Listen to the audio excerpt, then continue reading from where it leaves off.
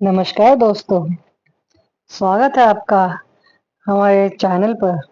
आशा करते हैं आप सभी स्वस्थ होंगे। इसी कामना के साथ हम आगे शुरू करते हैं अपना वीडियो।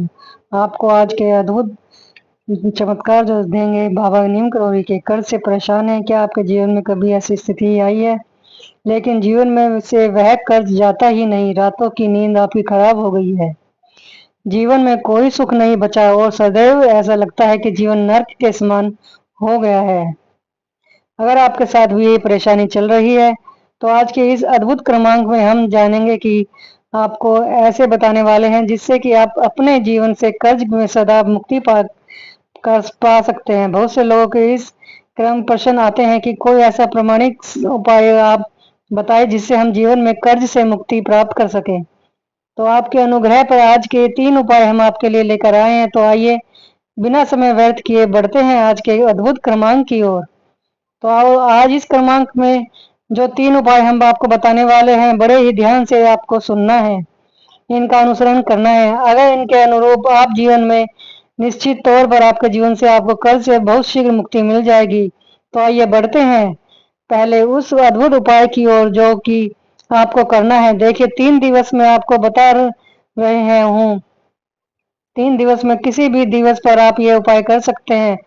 उन तीनों में शनिवार, मंगलवार और गुरुवार, इन तीनों दिनों में आप कोई सा भी दिन चुनकर 5 आपको पान के पत्ते लेकर आने हैं।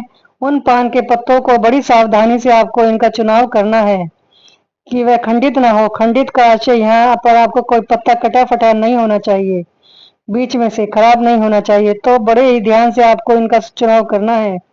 खंडित पत्र नहीं होने चाहिए। इन 5 पत्तों को आपने क्या करना है कि आपको शहद से इन पत्तों पर श्रीम श्री और श्री के ऊपर बिंदी और श्रीम राम लिखना है।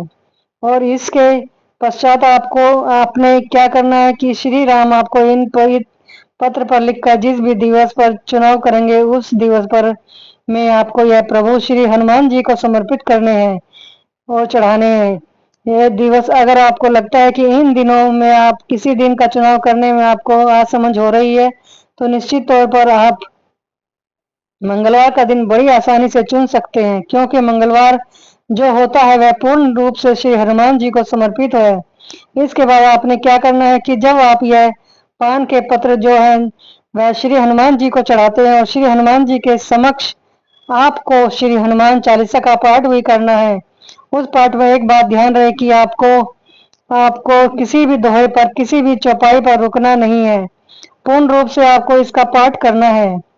किसी यह पाठ देखकर भी कर सकते हैं। यदि आपको कंठस्थ है तो उस रूप में भी कर सकते हैं, लेकिन इसमें विघ्न ना आए, इस बात का ध्यान रखिए। यानी कि श्री हनुमान चालीसा भी खंडित नहीं होनी चाहिए। श्री हनुमान चालीसा का पाठ करने के बाद आपको ये उपाय कब तक करना है? ये उपाय कम से कम आपको 3 दिवसों का चुनाव करके 3 दिवस कम से कम आपको यह करना है। इसके पश्चात आप अपना जो भी व्यवसाय करते हैं, उस जिस भी कार्य क्षेत्र में आप कार्यरत है, पूरी ईमानदारी से काम करना है। यह उपाय बहुत सटीक है, आपके जीवन पर बहुत बहुत असर डालेगा और धीरे धीरे आपके जीवन में से कर्ज से आपको मुक्ति दिलाएगा। तो यह पहला उपाय है। अब बढ़ते हैं दूसरे उपाय की ओर। दूसरा उपाय क्या है? अब आपको इस बड़े ध्यान से सुनिए। इसके अंतर्गत आपको एक नियम बताना है कि देखिए बहुत से क्रमांक में बताने के लिए बोलती हूँ, नियम आपको बनाने होते हैं। यह नियम आपको क्या करना है? अगर आपकी स्थिति ऐसी है कि बहुत सारा कर्ज, आपको बहुत ज्यादा कर्ज की स्थिति में अगर जब आपको ऐसा लग रहा हो कि जीवन में अब कोई मार्ग नहीं बचा, तो इस नियम को बनाना है जो कि 40 दिवस का यह दिवस 40 दिवस आपको श्री हनुमान चालीसा का पाठ नियमित रूप से अपने गृह स्थान पर करना है। अगर आप इन 40 दिनों में श्री हनुमान चालीसा का पाठ मंदिर में जाकर भी करना चाहते हैं तो प्रतिदिन यह और भी अच्छी बात है। अगर आप मंदिर में नहीं जा सकते और घर में ही आप इसको करना चाहते हैं तो गृह स्थान पर 40 दिन तक यह नियम बनाए। 40 दिन श्री हनुमान चालीसा नियमित रूप से पाठ करें। पाठ कब करना है? जो भी आपको यह चाहे प्रातःकालीन आप पूजा करते हैं उस प्रातःकालीन पूजा के अंतर्गत भी आप कर सकते हैं। संध्याकालीन पूजा करते हैं तो संध्याकालीन पूजा में भी चालीसा का पाठ कर सकते हैं। लेकिन 40 दिन का यह नियम जो है बीच में खंडित नहीं होना चाहिए। कैसे, मान लीजिए उदाहरण आपके ने उदाहरण स्वरूप में 11 दिन लगातार पाठ किया, लेकिन 12वां दिन जब इस नियम को निभाना था उस दिन आप ये पाठ करना भूल गए या किसी कारण नहीं कर पाए, तो आपको यह समाधान बता दूं कि आपको वहां पर जब क्या जाता है आप नहीं कर पाते तो फिर पुनः 40 दिन उसको लगातार करना है, क्योंकि 40 दिन का जो नियम होता है उसमें आप श्री हनुमान चालीसा को नियमित रूप से पढ़ने पर पूर्ण रूप से अपनी वाणी से, अपने मन क्रम वचन से, अपने अंतर मन से इसको सिद्ध कर लेंगे। वैसे तो श्री हनुमान चालीसा पूर्ण रूप से सिद्ध है, लेकिन आप जब कंठस्थ स्वरूप में इसका पाठ करते हैं तो ये आपकी वाणी भी पूर्ण रूप से सिद्ध हो जाती है। उसके बाद श्री हनुमान जी का आप ध्यान करें और उससे आप पाएंगे कि आपके जीवन में आपको सही मार्गदर्शन मिलना शुरू हो जाएगा, सही निर्णय आप लेने शुरू कर देंगे, आपकी बुद्धि, आपकी वाणी जो भी कार्य करेगी वह बहुत बहुत सटीक होगा। इस प्रकार से आपके जीवन में सारा कर्ज जो है पूर्ण रूप से आपके जीवन में से ओझल हो जाएगा। यह तो हो गए दो उपाय।